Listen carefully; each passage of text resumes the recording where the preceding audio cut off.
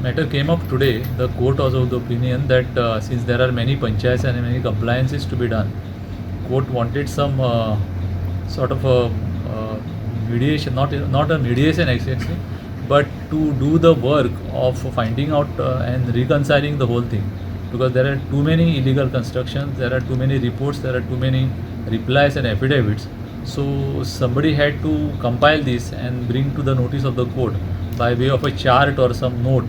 So the court has told us, along with the amicus curiae, to prepare some modalities by virtue of which the court can be informed about the exact position as far as compliances are concerned. I also told the court that there is change in law in between and some structures are protected. So that also will have to be brought before the court, and accordingly the court agreed with our suggestion. The court has now fixed the matter on 13th of November.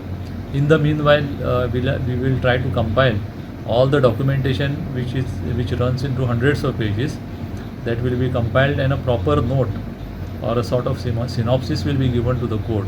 So the court is updated about the latest position as far as this petition is concerned. Sir, what did you mean? You said that there is change in law. So, what did you mean?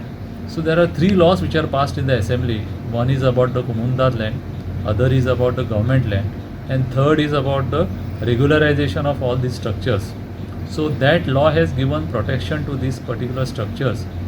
That law has been implemented and it will be implemented, as a result of which people will be able to file regularization application.